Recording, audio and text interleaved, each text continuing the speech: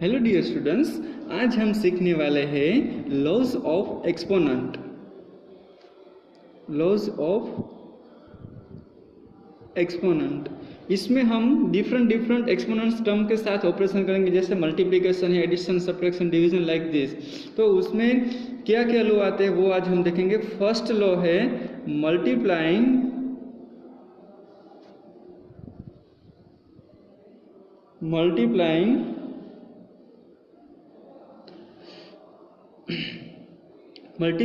powers with the same base. This is the first law, multiplying powers with the same base. तो multiplying power with the same base में क्या आता है कि उससे पहले हम एक बार एक्सपोनेंट्स टर्म वापस समझ लेते हैं कि एक्सपोनेंट टर्म में क्या क्या आता है। तो सपोज मेरे पास यहाँ पे 3 सपोज 4 है, तो उसमें क्या बोलते हैं, तो कि इसको क्या बोलते हैं, पावर बोलते हैं। इस टर्म है उनको क्या बोलते हैं, बेस बोलते हैं। एंड ये जो पूरा टर्म है उनको क्या बोलते हैं, एक्सपोनेंट टर्म बोलते हैं, एक्सपोनेंट टर्म बोलते हैं। ठीक है, तो डियर स्टूडेंट्स ये था हमारा एक्सपोनेंट टर्म। उसमें जो ऊपर होता है उनको पावर बोलते हैं, जो नीचे होता है उनको बेस बोलते हैं। ठीक है, now we have to do multiplying. Multiply करना है तो suppose powers with the same base हो और उनका पावर्स को मल्टीप्लाई कैसे करते हैं तो वो सीखते हैं। चलो, तो कि एज एन एग्जाम्पल सपोज मैं एक लेता हूँ 2⁻³ एंड उनको मल्टीप्लिकेशन 2⁵ के साथ करना है। तो अगर आप ध्यान से देखेंगे तो 2⁻³ मतलब 2 × 2 × 2 3 टाइम्स आएगा, एंड 2⁵ मतलब कितने टाइम्स आएगा, 5 टाइम्स आएगा। 1 2 3 4 5। सो अब अभी हम उनको एक्सपोनेंट टर्म में रिप्रेजेंट करना है, तो ये टोटल 2 कितने हो गए, सो 3 + 5 8 टाइम हो गए। तो 2 हम क्या लिखेंगे, 8। पर अभी हमको ये करने की ज़रूरत नहीं है। अगर मैं यहाँ से डायरेक्ट करता तो भी हो जाता। कैसे, तो कि 2 सेम बेस अगर है, बेस अगर सेम है तो अगर मैं पावर है उनका एडिशन कर देता तो डायरेक्टली आंसर मिल जाता। देखो ये दोनों आंसर सेम आ गए। तो अगर बेस सेम है तो पावर का क्या होगा, एडिशन होगा। तो generally we can write that if a⁻m × a⁻n then we can write that a⁻m + n. This is the general formula for same base multiplication. ये अगर बेस सेम है तो मल्टीप्लिकेशन में पावर का क्या होगा, एडिशन होगा। बेस सेम है तो पावर का एडिशन होगा। कौन से ऑपरेशन में, मल्टीप्लिकेशन अगर है तब भी ये होगा। ठीक है, तो ये फर्स्ट लॉ था multiplying powers with the same base. Now second law, dividing powers with the same base. Second law is dividing powers with the same base। Dividing power with the same base. तो इसमें क्या करना होगा, तो कि suppose मेरे पास कोई ऐसा एक्सपोनेंट टर्म है 5⁻6 डिवाइडेड बाय 5⁻2। ये सपोज मेरे पास टर्म है। तो अगर मैं इनका सिंप्लीफिकेशन करता हूँ तो इसका मतलब क्या होगा, 5⁻6 का मतलब 5 है वो 6 टाइम आएगा। 5 × 5 × 5 × 5 × 5 × 5 6 टाइम 5 आ गया। एंड 5⁻2 का मतलब क्या है, 2 टाइम्स 5 आ गया है। ठीक है, तो अगर मैं इनको कैंसिल करता हूँ तो 5 कितने बचेंगे, ऊपर 4 टाइम्स बचेंगे। इनका मतलब 5⁻4 है। पर इसको मैं दूसरी तरीके से भी सोल्व कर सकता हूँ। कैसे, तो अगर मेरे पास 5⁻6 डिवाइडेड बाय 5⁻2 है, बेस सेम है, तो डिवीजन में पावर का सब्ट्रैक्शन होता है। कैसे, तो कि ये 6 में से ये डिनोमिनेटर की पावर सब्ट्रैक्ट कर सकते हैं हम। तो 6 - 2 तो क्या होगा, 5⁻4। तो ये आंसर एंड ये आंसर आप देखो दोनों आंसर सेम आ गए। मतलब कि अगर डिवीजन में बेस सेम है तो पावर्स का क्या होगा, सब्ट्रैक्शन होगा। अगर मल्टीप्लिकेशन में सेम बेस है तो पावर का एडिशन होगा, एंड डिवीजन में अगर है तो पावर का सब्ट्रैक्शन होगा। तो इन जनरली हम क्या लिख सकते हैं, in generally we can write that अगर हमारे पास a रेस टू m है divided by a raise to n है, बेस सेम है, डिवीजन है, तो पावर का क्या होगा, सब्ट्रैक्शन होगा। तो ये जनरल रूल है फॉर डिवीजन, अगर सेम बेस है तो पावर का सब्ट्रैक्शन होगा। Now taking power of power, तो ये थर्ड रूल है हमारा, taking power of A power. इनका मतलब क्या है कि सपोज मेरे पास 2⁻³ है और उसके भी ⁻² है, तो इनका मतलब क्या होगा, तो कि ये जो पावर है उनका मल्टीप्लिकेशन आप करोगे तो ऐसे होगा, मतलब कि यहाँ पे जो स्क्वायर है, स्क्वायर का मतलब ये जो भी टर्म है हमको 2 टाइम्स लिखना होता है। तो 2⁻³ हमको 2 टाइम्स लिखना है, सो 2⁻³ इंटू 2⁻3, ये स्क्वायर का मतलब 2 बार हमको ये टर्म लिखना है, तो हमने 2 बार लिख दिया। अभी हम यहाँ पे देख सकते हैं कि बेस सेम है तो पावर का क्या होगा, अगर बेस सेम है तो पावर का क्या होता है, एडिशन होता है। सो 2⁻³ + 3 दैट मीन्स 2⁻6 आंसर आ गया।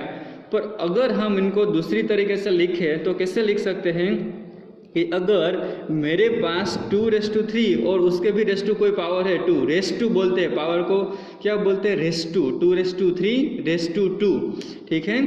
तो ये मैं डायरेक्टली आंसर ये 2⁻6 ला सकता हूँ। कैसे, तो कि जो भी पावर होता है ना, पावर का मल्टीप्लिकेशन कर दो आप, तो 3 × 2 कितना होगा, 6 होगा, तो 2⁻6 आंसर आ जाएगा। तो अगर पावर की भी पावर होती है तो दोनों पावर का मल्टीप्लिकेशन होता है। सो 2⁻3 × 2, सो दैट इज 2⁻6। तो ये दोनों आंसर सेम आ गए। मतलब कि अगर मैं जनरल फॉर्म में लिखना चाहूँगा तो a⁻m हो और उसकी भी पावर n हो, तो क्या होगा, a⁻m × n आ जाएगा। तो ये पावर का भी पावर होगा, तो ऐसे हम सोल्व करेंगे, ठीक है। नाउ फोर्थ रूल आता है multiplying powers with the same exponent. Multiplying powers with the same exponent. अगर हमारे पास सेम एक्सपोनेंट है तो उनको कैसे सोल्व करेंगे, तो उनके लिए हम देखते हैं कि सपोज मेरे पास 4⁻³ है एंड 4⁻3 है एंड 5⁻3 है।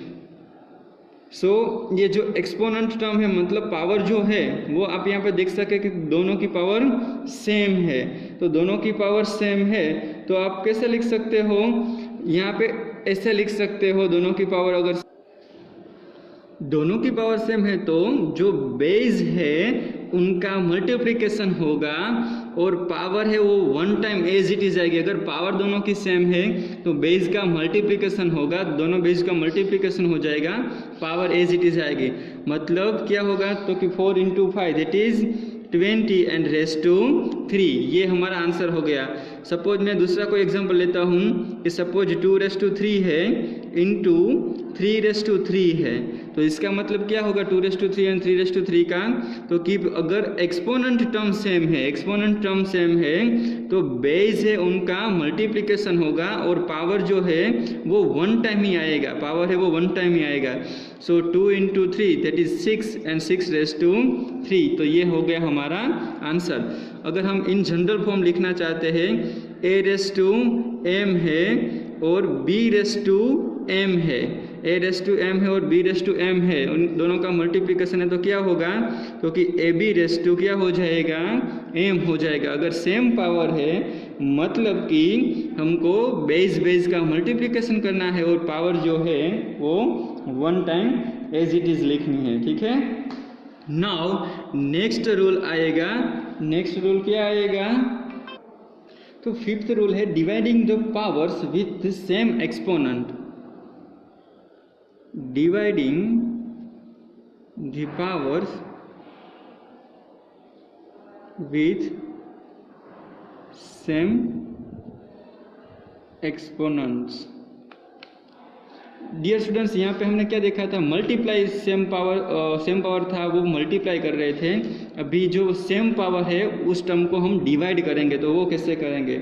तो अगर मेरे पास 2⁴ है एंड यहाँ पे मेरे पास 3⁴ है, तो अगर मैं ध्यान से आप यहाँ पे देखूँगा तो क्या होगा, तो कि जो है ये 2 है वो 4 टाइम्स आ जाएगा, ठीक है। एंड ये 3 है वो भी 4 टाइम्स, 3 है वो भी 4 टाइम्स आएगा। तो डियर स्टूडेंट्स ये 2 भी 4 टाइम्स एंड 3 भी 4 टाइम्स आ रहा है। तो मैं इनको इन जनरल क्या लिख सकता हूँ कि ये 2 डिवाइडेड बाई 3⁴ ये इनका मतलब होता है कि 2 भी 4 टाइम्स है, 3 भी 4 टाइम्स है, दोनों 4 टाइम्स है। तो अगर कोई सेम पावर है और मैं सेम पावर को दूसरे नंबर से डिवाइड कर रहा हूँ जो जिनका भी पावर सेम है, तो इनको मैं ऐसे डायरेक्टली लिख सकता हूँ 2 डिवाइडेड बाई 3⁴ क्योंकि दोनों का पावर सेम है तो मैं 1 टाइम्स पावर यहाँ पे सेम लिख सकता हूँ। जैसे मल्टीप्लिकेशन में यहाँ पे मैं दोनों का पावर 1 टाइम्स लिख रहा था, सेम होता था, तो ऐसे डिवीजन में भी अगर सेम पावर है तो 1 टाइम्स हमको लिखना है, ठीक है। नाउ उनको हम इन जनरल फॉर्म में लिख सकते हैं कि अगर मेरे पास a⁻m है एंड b⁻m है, तो मैं क्या लिख सकता हूँ, a divided by b⁻m 1 times लिख सकता हूँ, ठीक है। तो ये हो गया सेम पावर का डिवीजन वाला रूल, ठीक है। नाउ अभी मिसलेनियस एग्जाम्पल्स है। मिसलेनियस एग्जाम्पल्स मतलब सारे रूल्स एक साथ अप्लाई करने हैं, ठीक है। तो वो डियर स्टूडेंट्स हम एग्जाम्पल में ही डायरेक्ट देखेंगे, एक्सरसाइज में ही देखेंगे। तो now let we start exercise number 13.2। Miscellaneous example है वो, इसमें ही हम देख लेंगे, ठीक है। एक्सरसाइज में ही डायरेक्ट सोल्व करेंगे। सो अभी एक्सरसाइज नंबर 13.2 उसमें फर्स्ट क्वेश्चन नंबर 1 दिया गया है कि using laws of exponents simplify and write the answer in exponential form. We have to write answer in exponential form, okay. So let's we start from first example. In first example there is 3⁻² given, 3⁻4 given and 3⁻8 given. तो dear students यहाँ पे आप देख सकते हो कि सभी जो टर्म है उनका बेस कैसा है, सभी टर्म का बेस है वो सेम है। तो बेस को हमको 1 टाइम लिखना है और अगर बेस सेम है तो पावर का क्या होगा, एडिशन होगा। तो ये रूल याद रखना है कि बेस सेम तो पावर का एडिशन होगा, ठीक है। सो बेस सेम तो पावर का एडिशन होगा। सो 3⁻2 + 4 that is 6 and 6 + 8 that is 14। तो ये मिल गया आंसर। ये हमने किस रूल से लिखा, तो अगर a⁻m है और मल्टीप्लिकेशन में a⁻n है तो हम लिख सकते हैं a⁻m + n। अगर बेस सेम है तो पावर का होगा एडिशन। ये रूल से हम लिख सकते हैं ये आंसर। चलो अभी हम एग्जाम्पल लेते हैं। Example number 5। एग्जाम्पल नंबर 5 में दिया गया है कि 5⁻2�3, ठीक है, 5⁻2�3 एंड डिवाइडेड बाय 5⁻3। तो पहले हमको क्या करना है, तो कि पहले हमको इस टर्म का सिंप्लीफिकेशन करना है। तो अगर पावर की भी पावर होती है तो हम क्या करेंगे, तो अगर पावर की भी पावर होती है तो उन दोनों पावर का क्या करना है, मल्टीप्लिकेशन करना है। ये कौन से रूल्स में हमने लिखा, अगर मेरे पास a⁻m है और उनका भी n है तो मैं लिख सकता हूँ a⁻m × n, ऐसा लिख सकता हूँ। तो यहाँ पे हो गया 5⁻6 हो गया एंड डिनोमिनेटर में क्या है, 5⁻3 है डिनोमिनेटर में, ठीक है। डिनोमिनेटर में 5⁻3 है। अगर बेस सेम है तो डिवीजन में पावर का क्या होगा, मल्टीप्लिकेशन में क्या था, तो पावर का एडिशन होता था। अगर बेस सेम है तो पावर का एडिशन होता था। अगर डिवीजन है मेरे पास, बेस सेम है तो पावर का क्या होगा, सब्ट्रैक्शन होगा। तो यहाँ पे 5⁻6 - 3 होगा। कैसे, तो यहाँ पे आप देख सकते हैं कि अगर a⁻m है और a⁻n है तो मैं उनको a⁻m - n लिख सकता हूँ। बेस सेम है डिवीजन में तो पावर का सब्ट्रैक्शन होगा। सो 5⁻6 - 3, 6 में से 3 सब्ट्रैक्ट होगा तो क्या होगा, 5⁻3 आंसर मिल जाएगा। तो ये हमारा हो गया आंसर। अभी हम एग्जाम्पल नंबर 7 लेते हैं। चलो तो एग्जाम्पल नंबर 7 में डेटा दिया गया है। सो एग्जाम्पल नंबर 7 में डेटा दिया गया है a⁻4 a raised to 4 into b raised to 4. So a raised to 4, तो यहाँ पे आप देख सकते हैं डियर स्टूडेंट्स की दोनों में पावर है वो सेम है। तो अगर दोनों में पावर सेम होता है तो क्या करना है, बेस का क्या करना होगा, multiplication. So a into b, and जो पावर है उनको वन टाइम ही लिखना है। ये कौन से रूल में से हमने लिखा, तो अगर मेरे पास a रेस टू m है और इनका मल्टीप्लिकेशन मैं कर रहा हूँ b रेस टू m के साथ कर रहा हूँ, अगर दोनों का पावर सेम है तो मुझे बेस का क्या करना होगा, बेस को मल्टीप्लाई करना होगा a into b and whole raise to m, one time लिखना है, पावर है वो वन टाइम लिखना है। ठीक है, तो ये था अगर पावर सेम है तो बेस का मल्टीप्लिकेशन सिंपल करके हमको एज इट इज लिख देना है। तो ये था एग्जाम्पल नंबर 7। अभी हम एग्जाम्पल नंबर 8 लेते हैं। तो एग्जाम्पल नंबर 8 में आप देख सकते हैं कि एग्जाम्पल नंबर 8 में 3 raise to 4 and whole raise to 3। तो डियर स्टूडेंट्स ये तो हमने एग्जांपल सोल्व कर दिया कि अगर पावर की भी पावर होती है तो क्या करना होता है, पावर की भी पावर होती है तो दोनों पावर का मल्टीप्लिकेशन करना होता है। ये कौन से रूल में है, अगर a रेस टू m है और उनका भी रेस टू n है पावर, तो a raise to m into n कर देना है। सो क्या आंसर आएगा, 3 रेस टू 12 आंसर आ जाएगा। ठीक है, ये था एग्जाम्पल नंबर 8। अभी एग्जाम्पल नंबर हम 10 सॉल्व करते हैं। तो एग्जाम्पल नंबर 10 में डेटा क्या दिया गया है, 8 raise to t divided by 8 raise to 2। यहाँ पे पावर की जगह कोई वेरिएबल दिया गया है तो कोई दिक्कत नहीं, वेरिएबल को भी एज इट इज हम लिख सकते हैं। तो हम यहाँ पे देख सकते हैं कि 8 raise to t divided by 8 raise to 2, यहाँ पे दोनों का बेस सेम है। अगर बेस सेम है डिवीजन में तो पावर का क्या होगा, सब्ट्रैक्शन होगा, that means t minus 2। Dear students जो ऊपर वाला पावर होता है ना उसमें से ही नीचे वाला पावर सब्ट्रैक्ट करना होता है, इस दोनों को चेंज नहीं कर सकते, इंटरचेंज नहीं कर सकते। ठीक है, तो ऊपर वाला पावर में से ही नीचे वाला पावर सब्ट्रैक्ट होता है। तो ये हो गया हमारा आंसर। यहाँ पे t वेरिएबल है तो वेरिएबल को एज इट इज लिखा है, इसमें कोई दिक्कत नहीं है। तो ये था क्वेश्चन नंबर 1। बाकी के एग्जाम्पल में सारी मेथड्स इंक्लूड हो गई है तो आप बाकी के एग्जाम्पल सोल्व कर सकते हो। ठीक है, now question number 2। Question number 2 में हमको क्या करना है, simplify and express each of the following in exponential form. तो हमको सिंप्लीफाई करना है। ये मिसलेनियस एग्जाम्पल है डियर स्टूडेंट्स, ये सारे रूल्स एग्जाम्पल में एक साथ अप्लाई करने होते हैं। ठीक है, तो ये मिसलेनियस एग्जाम्पल्स है, जैसे मैंने तुमको बोला था कि हम एक्सरसाइज में सॉल्व करेंगे। तो ये 2 रेस टू 3 है, ये 3 रेस टू 4 है, ये 4 है यहाँ पे। सो यहाँ पे डिनोट में 3 एंड इंटू 32 दिया गया है। तो डियर स्टूडेंट्स जितने भी टर्म है उनको हमको कैसे लिखना है, फॉर्म एक्सपोनेंशियल फॉर्म में पहले लिख देना है, बाद में ही हम सॉल्व कर सकते हैं। तो ये तो एक्सपोनेंशियल फॉर्म में है ही 2 रेस टू 3, ये 3 रेस टू 4 भी एक्सपोनेंशियल फॉर्म में है, ये 4 है तो 4 को हम अगर फैक्टर फाइंड करते हैं 4 का, तो 4 का फैक्टर क्या फाइंड होगा, 2 2 ज़ा 4 एंड 2 1 ज़ा 2, तो 2 इंटू 2 होगा। तो 2 इंटू 2 का मतलब 2 की कितनी पावर आएगी, 2 पावर आएगी। अभी हम डायरेक्टली लिखने वाले हैं, ये 2 इंटू 2 मल्टीप्लाई करके बाद में पावर के फॉर्म में नहीं लिखेंगे, डायरेक्टली यहाँ से फैक्टर फाइंड करके 2 कितने टाइम्स है, 2 टाइम्स, तो 2 की 2 पावर। ठीक है, ऐसे ही डायरेक्टली हम लिख देंगे। ये 3 की तो 1 पावर ही है तो 3 को तो 1 एज इट इज ही हम लिख सकते हैं। अगर 1 लिखना है तो लिखो, ना लिखेंगे तो भी चलेगा, नहीं लिखेंगे तो भी चलेगा। ठीक है, अभी यहाँ पे 32 है तो 32 का फैक्टर फाइंड करते हैं डियर स्टूडेंट्स। तो 32 का फैक्टर कैसे फाइंड करते हैं आप ध्यान से देखना। अभी मैं पीछे 2 है तो 2 से डिवाइड कर सकता हूँ। सो जैसे हम डिवीज़न करते हैं, ये मेथड किसी स्टूडेंट्स को नहीं आती है, तो डियर स्टूडेंट्स इनका डिवीज़न ही करना है। सो 32 को 2 से डिवाइड करें तो पहले कौन से किससे डिवाइड करेंगे।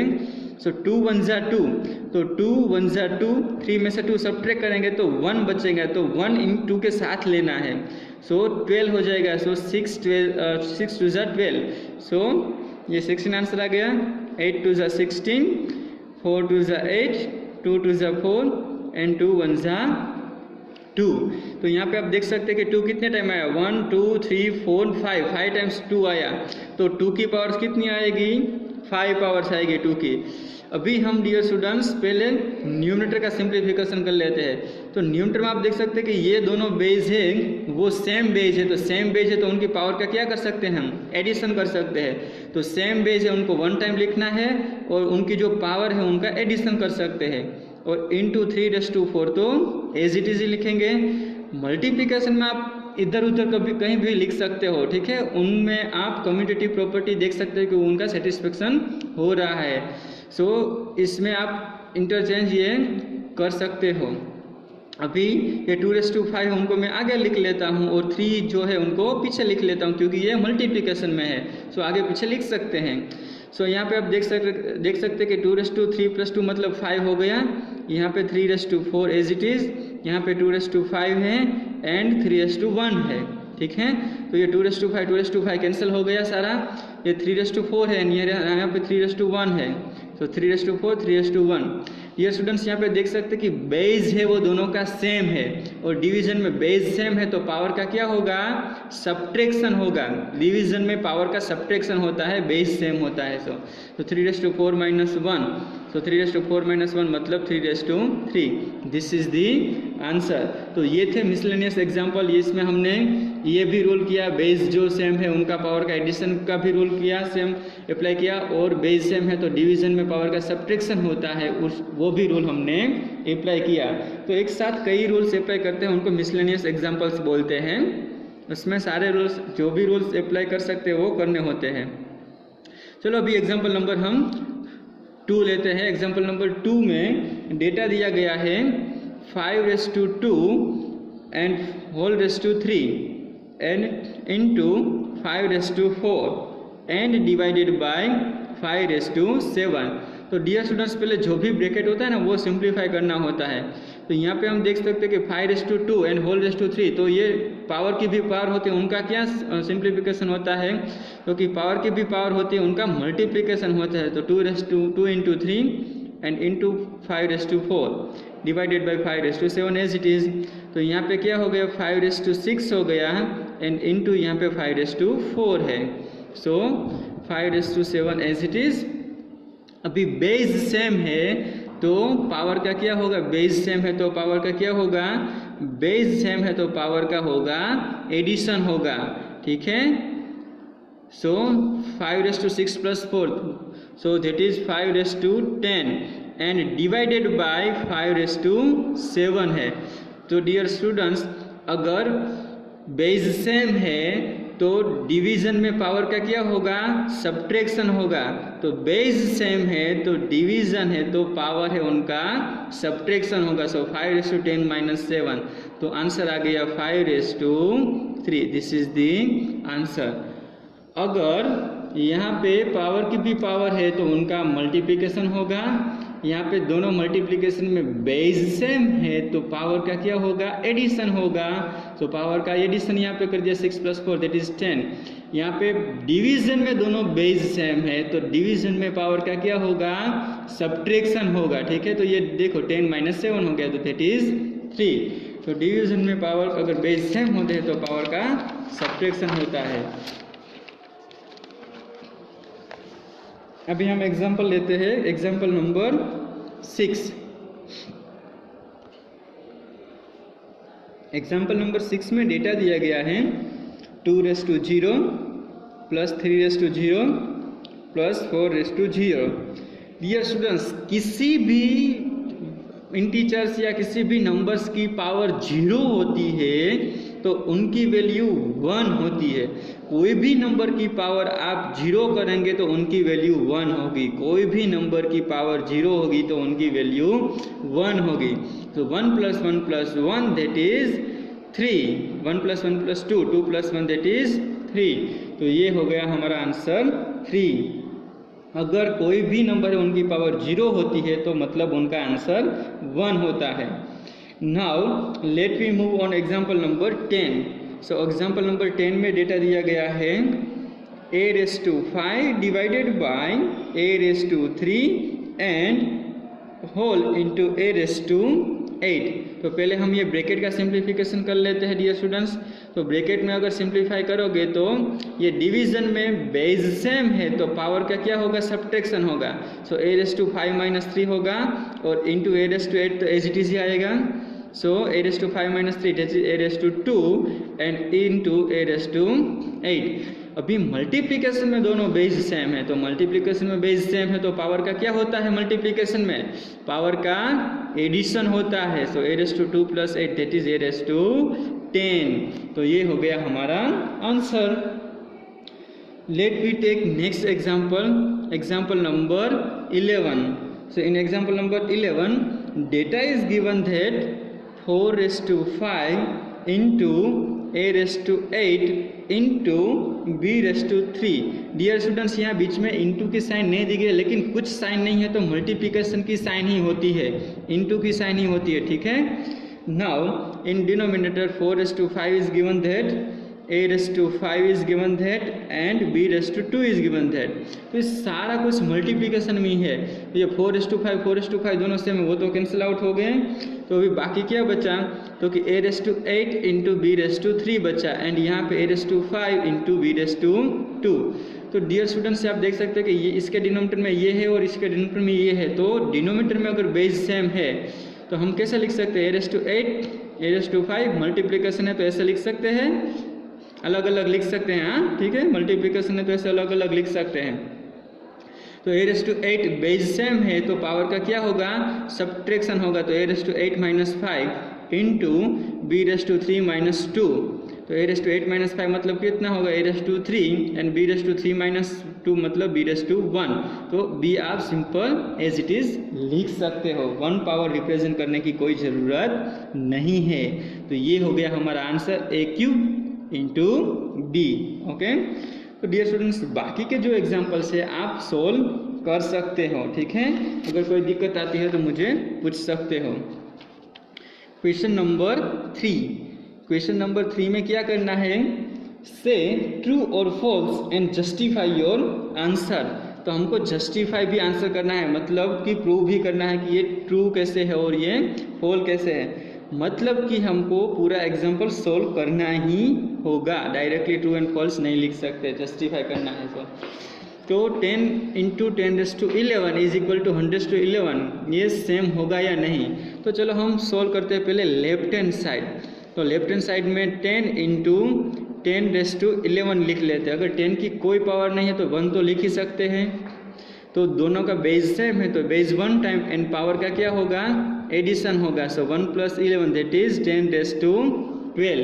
तो लेफ्ट हैंड साइड 12 आई, यहाँ पे 100⁻11 है तो 100⁻11 राइट हैंड साइड हम लिख रहे हैं 100⁻11।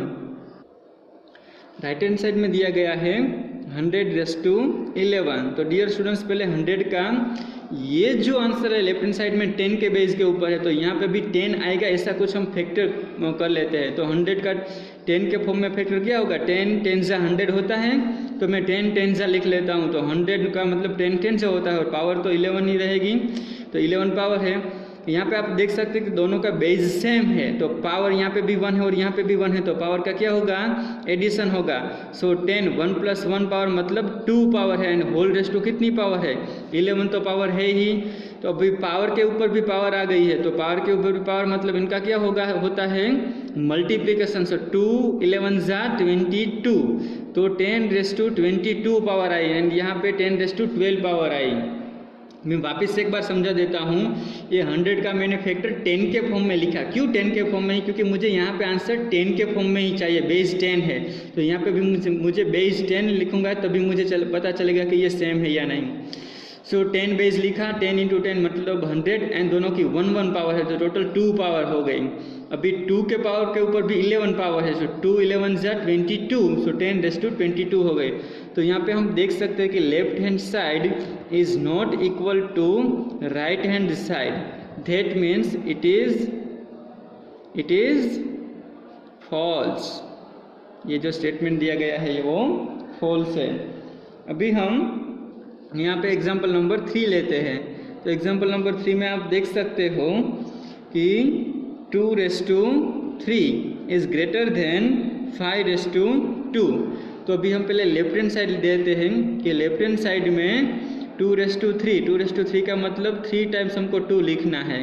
सो 2 2 ज़ा 4, 4 2 ज़ा 8। एंड राइट हैंड साइड में 5:2 है, उनका मतलब क्या होता है 2 टाइम्स 5 लिखना है। सो 5 5 से क्या होगा 25। पर यहाँ पे तो उल्टा आया, ये 25 बड़ा हो गया, 8 से 25 बड़ा है, और यहाँ पे उल्टा दिया है कि 8 है वो 25 से बड़ा है। That means 2⁻3 is not equal to 5 square, मतलब इट इज फॉल्स। ठीक है, ये भी फॉल्स आया। अभी एग्जाम्पल नंबर 3 लेते हैं। सो 2⁻3 इंटू 3⁻2 और इज इक्वल टू 6⁻5 यहाँ पे दिया गया है। तो डियर स्टूडेंट्स, यहाँ पे मैं एक्सप्लेन कर देता हूँ कि चलो यहाँ पे लेफ्ट हैंड साइड है वो 2⁻3 है एंड इंटू 3⁻2 है। अगर मैं राइट हैंड साइड को सोल्व करता हूँ, राइट हैंड साइड यहाँ पे भी आप डायरेक्ट आंसर वैल्यू लिख के फाइंड आउट कर सकते हैं। तो 2⁻3 का मतलब क्या होगा 2 इंटू 2 इंटू 2 3 टाइम्स होगा, एंड 3⁻2 का मतलब 3 इंटू 2 टाइम्स होगा। सो 8 होगा और यहाँ पे 9 होगा, तो 8 9 से 72। यहाँ पे 6⁻5 है, इनका मतलब 6 into 6 into 6 into 6 into 6, 5 times हमको 6 लिखना है। तो 6 6 ज़ा 36, 36 6 ज़ा आप करेंगे तो ऑब्वियसली ये 72 से आंसर बड़ा ही आएगा। That means both are not equal. So we can say that left hand side is not equal to right hand side. इनका फाइनल आंसर फाइंड करोगे तो ऑब्वियसली 72 से ये बड़ा ही आंसर आएगा। सो दोनों सेम नहीं है, so it is also false. Last example है, उसमें आप देख सकते हैं कि 3⁻0 एंड 1000⁻0 अगर किसी की भी पावर है वो 0 होती है, दैट मीन्स उनका आंसर 1 होता है। तो दोनों साइड 1 1 ही आएगा, that means it is true. So last statement है वो ट्रू आएगा, क्योंकि 3⁻0 is equal to 1 and 1000⁻0 is equal to also 1। So we can say that 1 is equal to 1, so left hand side is equal to right hand side. So that's why fourth example it is true. Now let's we move further on exam question number 4. So in question number 4 what we have to do,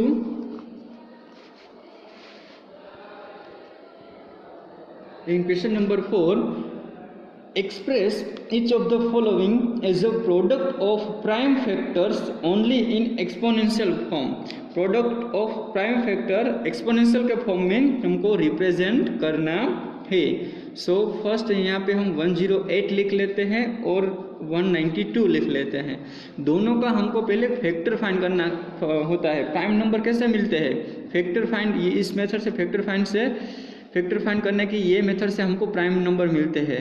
सो 108 है, सो 2 से divide करेंगे, सो 5 2 ज़ा 10 and 4 2 ज़ा 8। 2 से divide करेंगे तो 2 2 ज़ा 4, 1 remaining, सो 14 आएगा, तो 7 2 ज़ा 14। अभी इनको 3 से डिवाइड कर सकते हैं, तो 9 3 ज़ा 27, 3 3 ज़ा 9, 3 1 ज़ा 3।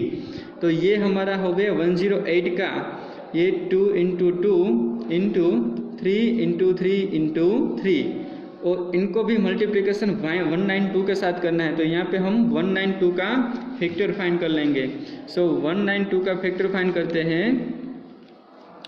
192 2 से डिवाइड करेंगे तो 9 2 ज़ा 18, 1 रिमेनिंग, 6 2 ज़ा 12, 2 4 ज़ा 8, 1 रिमेनिंग, 8 2 ज़ा 16, 24 2 ज़ा 48, 12 2 ज़ा 14, 6 2 ज़ा 12, 3 2 ज़ा 6 एंड 3 1 ज़ा 3। तो यहाँ पे आप अगर ध्यान से देखेंगे तो 1 2 3 4 5 6 टाइम्स 2 आएगा। So that is 1 2 3 4 5 6। So 6 times 2 लिखा एंड 1 टाइम्स 3 लिखा। अभी डियर स्टूडेंट्स सभी सारा कुछ मल्टीप्लिकेशन में ही है, तो 2 टोटल कितने टाइम्स है वो हमको काउंट करना है। तो 2 रेज़ टू उतनी पावर आएगी, तो 1 2 3 4 5 6 7 8, तो टोटल 2 रेज़ टू 8 पावर आ गई।